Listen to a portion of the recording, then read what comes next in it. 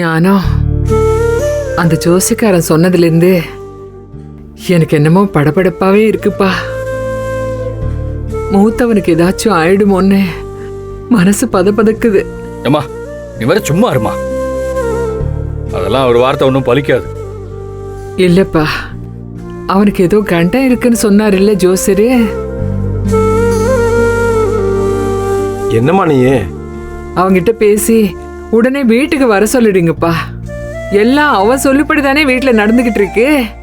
பிறவை எதுக்கு அவன் எங்கேயோ கடந்து அல்லாடணும்? கதிரி, அண்ணங்கிட்ட பேசி சீக்கிரம் வர சொல்லுடா. இது பாரு, நீ சொல்லாட்டியும் பரவாயில்ல, போன போட்டு எங்கிட்ட கொடு, நான் பேசுறேன். அவனை கெஞ்சி கூத்தாடி எப்படியாவது வரவழைச்சிடுவேப்பா. ஐயோ அம்மா, அவர் வேற ஏதோ போன்ல இருந்து பேசினாருமா. நானும் திரும்ப திரும்ப கூப்பிட்டு பார்த்தேன், ஆனா அந்த போன் போவே இல்லை.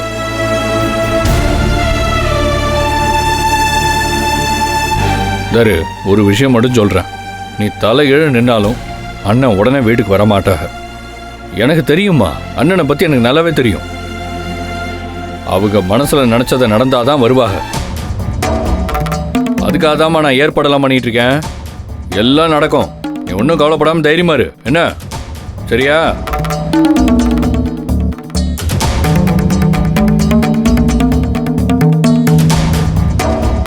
இல்லப்பா, வீட்டுல பெரிய தலை ஒண்ணு போகும்னு ஜோசியர் சொன்னார்ல, அது நானாவே இருக்குமோன்னு மனசுக்குள்ள பயம் வந்துருச்சுப்பா. எது, நீங்க சாக போறீங்கன்னு ஜோசியர் சொன்னாரா? எவன் அந்த ஜோசியக்காரன்? டேய், நீ கொஞ்சம் பேசாம இருக்கியா? ஏதாவது உளறிட்டு மா, அதெல்லாம் ஒண்ணும் இல்லம்மா. நீ கண்டதையும் போட்டு மனசு குழப்பிக்காத, சரியா? இல்ல ஞானம், எனக்கு போய் சேர்றதை பத்தி பயம் இல்லை. எல்லாம் ஒரு நாள் போகத்தானே போறோம். ஆனா அதுக்கு முன்னால என் பெரிய பிள்ளைய பார்க்கணும்ப்பா.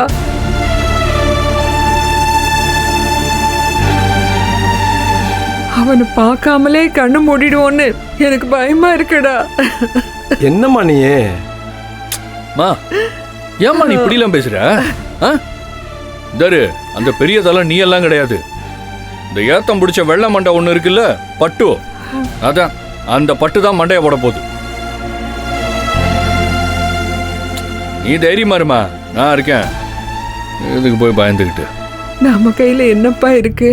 தரு, நம்ம கையில இல்லம்மா, என் கையில இருக்கு. என் கையில இருக்கு எல்லாமே. அவன் சொன்னா இவன் சொன்னான்லாம் யோசிக்காத. தரு, உனக்கு ஒண்ணுமே இல்லை. அண்ணன் வர்றப்போ நீ தான் ஆர்த்தி எடுத்து வரவேற்க போற. போதுமா? என்ன, பயப்படாதம்மா, தைரியமா இரு. நான் இருக்கேன்ல, தைரியமா இரு. எனக்கு என்னமோ மனசே சரியில்லைடா. முதல்ல அவனை வர சொல்லுங்க. நான் தான் இவ்வளவு சொல்றேனேம்மா. என் மேல நம்பிக்கை இல்லை உனக்கு? கதிர் மேல நம்பிக்கை இல்லையா? இல்ல, இருக்குடா. அப்புறம் என்ன, தைரியமா இரு. எவன் என்ன பண்றான் நானும் பாத்துறேன். நீ தைரியமா இருமா.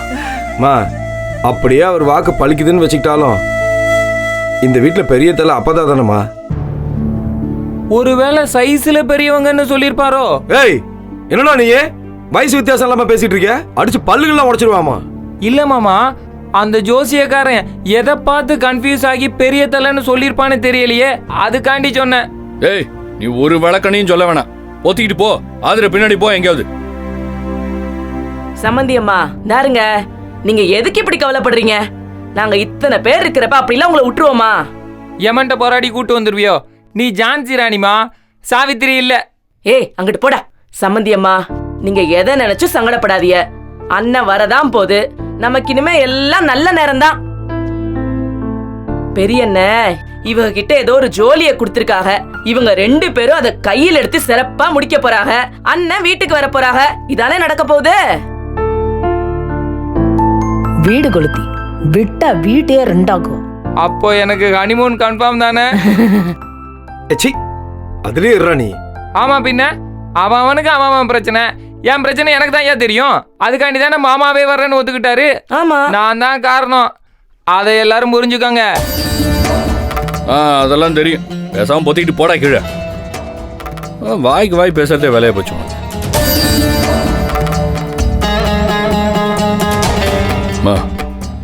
கொஞ்ச நேரம் போய் படுத்து ரெஸ்ட் எடுமா. ஆ அதான் நான் சொல்கிறேன்ல, இன்னும் 2 நாள் தான் அண்ணா வந்துடுவார். ஆ நம்ம எல்லாம் முன்ன மாதிரி சந்தோஷமாக சிரிச்சுக்கிட்டே இருப்போம். அதை எவளாலையும் தடுக்கவே முடியாது. பாத்ரூம் ஒரு கையை போய் படுத்து ரெஸ்ட் எடு.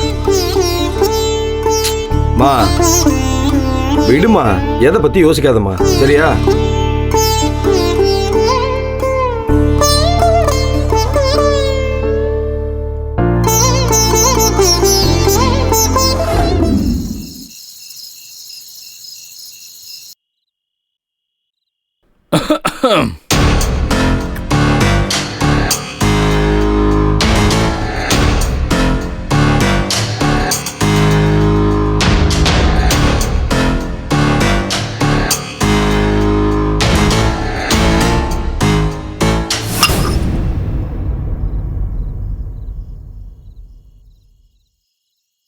விஷம் வைக்கல, தைரியமா குடிக்கலாம்.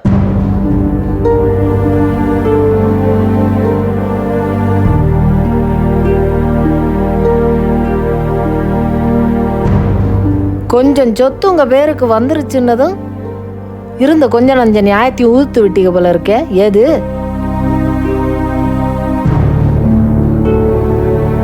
உங்க அண்ணன் திட்டம் இந்த வீட்டுல இருக்கிற சின்ன புள்ள முதற்கொண்டு புரியும். அன்னைக்கு அந்த சக்தி பையன் கூட சொல்லி கொடுத்தான், உங்களுக்கு மட்டும் புரியல. வாழ்ந்தா அவர் விருப்பத்துக்கு ஏத்த மாதிரி வாழணும், இல்லைன்னா ஒருத்தரும் வாழக்கூடாது, சாகணும். அவரை சுத்தி இருக்கிறவங்க எல்லாம் அடிமையாத்தான் இருக்கணும்.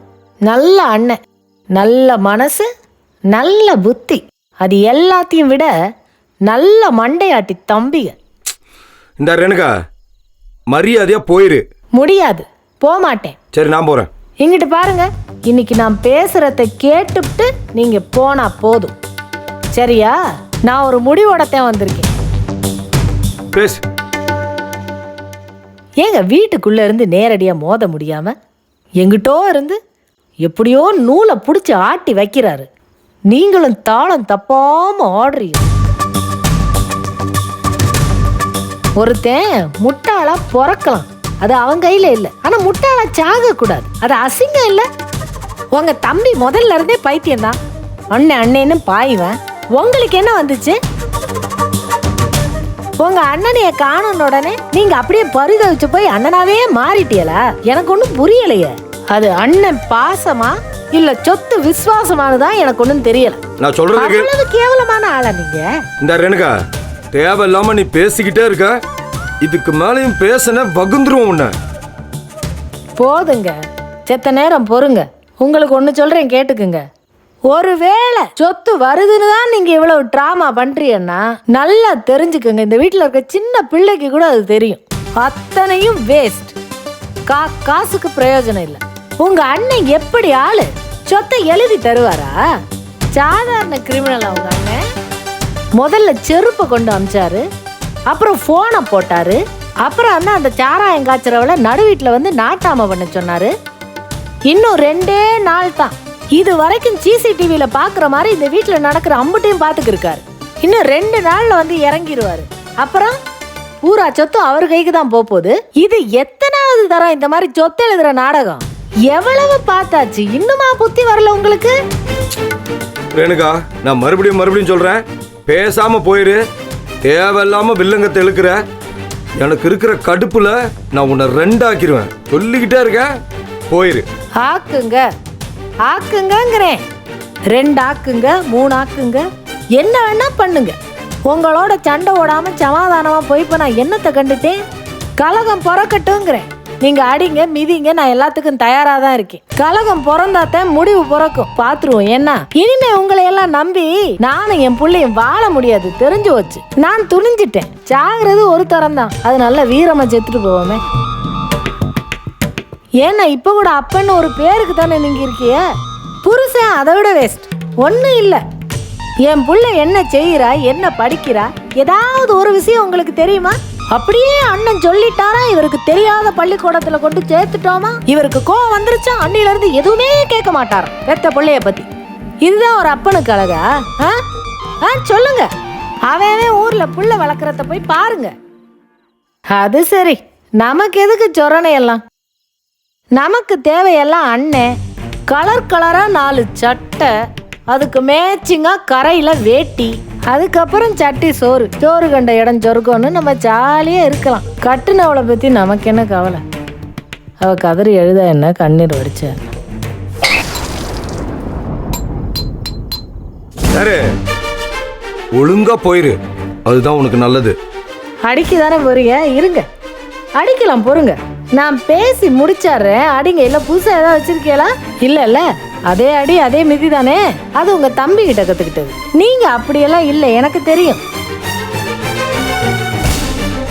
இது எனக்கு ஒரு விஷயம் தான் புரியவே மாட்டேங்குதுங்க. நான் எனக்காகவே கூட கேட்கவே இல்லைங்க, உங்களுக்காக தான் கேட்கிறேன். உங்க அண்ணன் அன்னைக்கு உங்களை நடு வீட்டுல வச்சு என்ன பேச்சு பேசினாரு? மனச்சாட்சியை தொட்டு சொல்லுங்க. மறந்துருச்சா இல்ல ஞாபகம் இல்லாத மாதிரி நடிக்கிறீங்களா? எனக்கு புரியவே மாட்டேங்குது. நீ சாப்பிடுற சோறு என்னது, நீ கட்டி இருக்கிற கோவணம் என்னது? இங்க இரு ஞானம், நீ மலமாடு மாதிரி வளர்ந்துருக்க, உன்னால ஒன்னும் பண்ண முடியாது. இங்க நான் தான் எல்லாம், நீங்க எல்லாம் சும்மா. என்ன பேச்சு பேசினாரு? அப்படியே ஒடியாந்து தூக்குல போய் தொங்க போனீங்களே. அன்னைக்கு நான் வந்து கதவை தட்டலைன்னா இன்னைக்கு நீங்க ஆளே இல்லையே. அதெல்லாம் எப்படிங்க மறக்குது? எப்படித்தான் மை வச்சு உங்களை மயக்கிறாருன்னே தெரியலையே, என்னால முடியலையே. சீ, அடேங்கப்பா, ஒண்ணும் விளங்குது இல்ல. அண்ணன் காணாம போன உடனே கடவுளா மாறிட்டாரா? ஆமாண்டி, கடவுளா தான் மாறிட்டாரு. என் அண்ணன் எனக்கு கடவுள் தாண்டி, எப்பவுமே என் அண்ணன் எனக்கு கடவுள் தான்.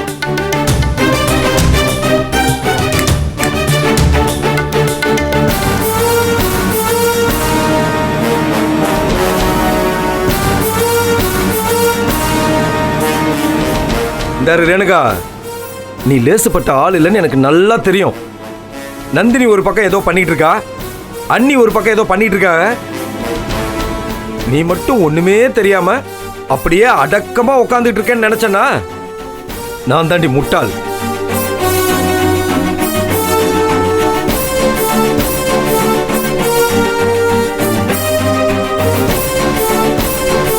அன்னைக்கு ஐஷு ஸ்கூல்ல இருந்து பிள்ளைங்க வந்தது இல்ல, அப்பவே எனக்கு தோணுச்சு நீ ஏதோ வில்லங்கமா பண்ணிட்டு இருக்கேன்னு. அது நோண்ட வேணாம், நான் சும்மா விட்டுட்டேன். ஏன்னா உங்க அண்ணன் சொல்லல. தாரே, அந்த மாதிரி மனசோரமா உனக்கு ஏதாவது ஆசை இருந்துச்சுன்னா அதை இப்பவே தூக்கி வீசுரு. வீசிட்டு என்ன வேண சொல்றீங்க? உங்க ஆத்தா சொன்ன மாதிரி வெந்ததை தின்னுபிட்டு விதி வந்த உடனே சாகுறேன்ட்டு அப்படியே சாவை பார்த்து நான் காத்து கிடக்கணுமா? அப்படிதாண்டி கிடக்கணும், அப்படிதாண்டி இருந்தீங்க. ஆனா ஜனனி வந்ததுக்கு அப்புறம் அப்படியே முருக மரம் ஏறிட்டீங்க. ஆமா, அவ யோசிக்க வச்சா எங்களுக்கு மூளை இருந்தது, நாங்க யோசிச்சோம். யோசிச்சு பார்க்கையில தான் தெரிஞ்சது, இத்தனை நாள் இவ்வளவு ஒரு கேவலமான வாழ்க்கைய வாழ்ந்திருக்கோம். அசிங்கமா இருந்தது, அருவருப்பா இருந்தது. இப்படி ஒரு அடிமைக்கு வாழ்க்கைப்பட்டதை விட இந்த தாலி அறுத்து விட்டுட்டு நாட்டுட்டு சாகலான்னு இருந்தது. நானும் பாத்துக்கிட்டே இருக்கேன், எவ்வளவு பேச்சு பேசிட்டு இருக்க நீ. தாலி அறுத்துட்டு சாவ போறியா நீ? தாவடி ஓடி, இப்ப அனுப்புற உன்னை, ஒட்டு மொத்தமா உன்னை அனுப்புறேன். நானும் பாத்துக்கிட்டே இருக்கேன், நீ உச்சத்து பேசிட்டே இருக்க. எல்லாம் வீட்டுல இருக்க கூடாது, நீ போடி ஓடினா எதிரி போடி.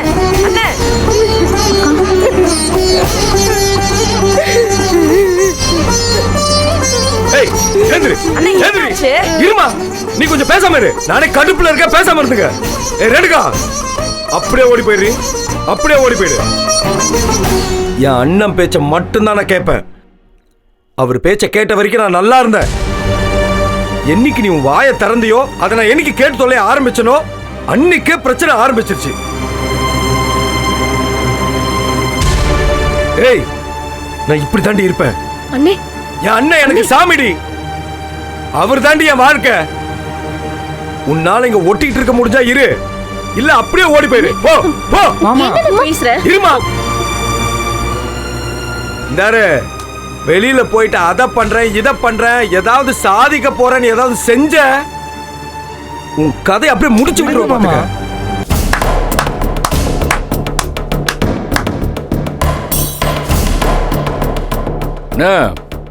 நீ நானும் உஷாராயிட்டோம்ல, அதான் நம்மளெல்லாம் சொரிஞ்சு பார்க்குற ஆளுங்க. போடுன நல்லா 4 சாத்து. அப்போ அது புத்தி வருதான்னு பாப்போம் இந்த பக்கிகளுக்கு. கதிரு, நீ சத்தியம் இருக்கல அனுபவிப்படா. ஏய். அத்தை அவனை பேசட்டு வேடிக்கை பாக்குறியடா? மாமா போடி, இன்னொன்னு நின்னுக்கிட்டு இருக்க, போடி. மாமா மாமியா? இத்தனை பேர் முன்னாடி வச்சு கட்ட முன்னாடி ஏய், ஆமாடி, நீ பாரு பேசிக்கிட்டு இருந்தா நான் இப்படி பண்ணுவேன். ஓவரா பேசாத, போடி.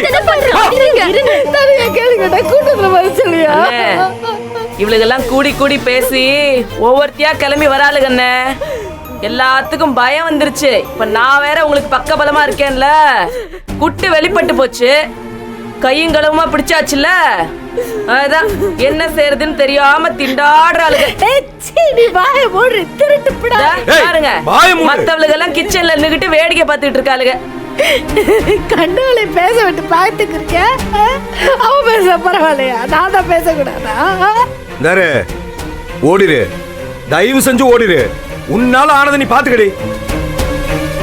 நீங்க எல்லாரும் சேர்ந்து என்ன செஞ்சுறீங்க நானும் பாத்துறேன். 10 காசுக்கு பிரயோஜனம் இல்லாத நீங்க எல்லாரும் ஒண்ணா சேர்ந்து எங்களை அப்படியே ஏதாவது செஞ்சிருவீங்களோ? இந்த வீட்டை அப்படியே போயிச்சிருவீங்களா? போங்க, போய் ஆளுக்கு ஒரு மூலையில உட்காந்து அழுது புலம்புங்க, போங்க. அதை தவிர உங்களால வேற எதுவும் கிழிக்க முடியாது, புரியுதா? போ. ஏய், போடி, என்னடி பாக்குற? போ. இந்த வீடு கொளுத்தி முன்னாடி வச்சு நான் அடிக்கிறேன்ல. ஏய், வாயை மூடி போயிரு. போ. போ, உள்ள போ. போ, போடி. என்னால ஒண்ணு கிடைக்க முடியாது, சரியா? ஏய், போடி, உள்ள போடி. கூட்டு போங்க. ஏய், திரும்ப வந்துருங்க போறா, கொன்றுவேன். நல்லா இருக்கு, நல்லா பாருங்க. ஏய், வா, அவளை கூட்டு போ, போ. ரொம்ப பேசிட்டு ஆளாளுக்கு. கூட்டு போல வந்துருவா அவளை. நீங்களும் நாசமா போவீங்க. சரிதான் போவியா? பெரிய 10 நீ சொன்னதெல்லாம் பழிச்சிட போகுது. போ, உள்ள போய் அப்படியே அழுதுட்டே இரு. ஏய், நான் பத்திரிகையில எனக்கு சாப பழிக்குமே தெரியும்டா. கை கால் வளர்க்காம போவேன். திருப்பி பேசிக்கிட்டே இருக்க. போ. நான் போகடா, உன் படத்தை பார்க்காம போக மாட்டேன். எல்லாரும் படத்தையும் நான் பார்க்காம போக மாட்டேன். பார்க்கலாம். போ. போ.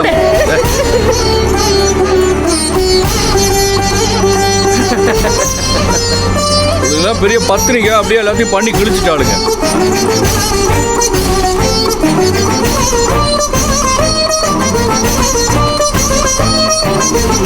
எல்லாம் உன்னாலதான் உனக்கு ஈர்த்தி. ஏய்,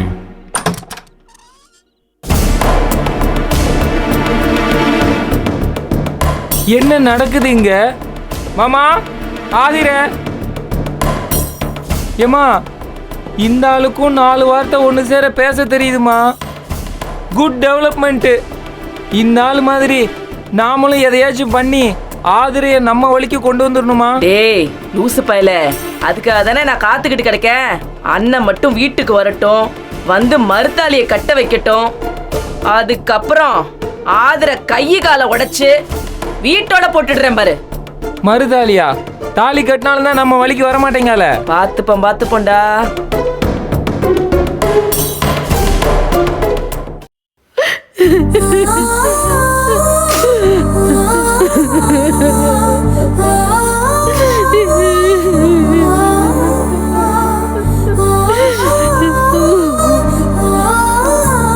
இப்ப அழுது என்ன பிரயோஜனம்?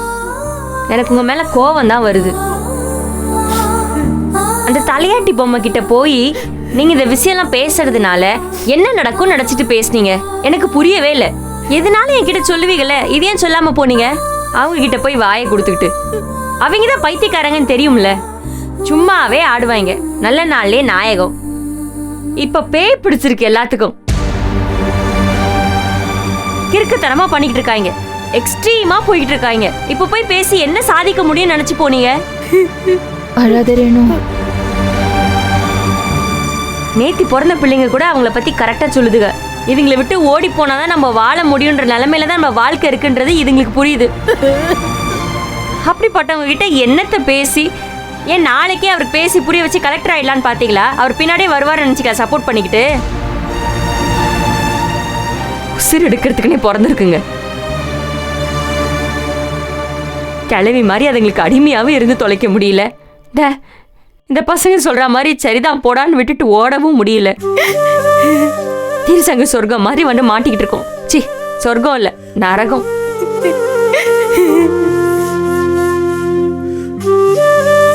என்னதான் சொல்லுங்களேன், நேத்துலேருந்து நம்மளுக்குள்ளாரெல்லாம் ஒரு பயம் இருக்குல்ல? இருக்கு.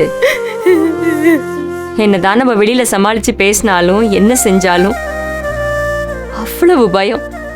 இந்த உலகத்தை ஃபேஸ் பண்ண பயம், இந்த உலகத்தை பத்தி எதுவுமே தெரிஞ்சுக்காம இங்க வந்து அடைஞ்சிட்டோம்ன்ற பயம், இப்ப யாரை நம்பி வெளியில போய் நிக்கிறதுங்கிற பயம், என்ன செய்யறதுங்கிற பயம், அம்புட்டு பயம் கிடக்கு. இதெல்லாம் தாண்டி இந்த சொசைட்டி எப்படி ஃபேஸ் பண்ண போறோங்கிற பயம் அவ்வளவு இருக்கு. அதுல தானே நம்மள இப்படி கட்டி போட்டு வச்சிருக்கு.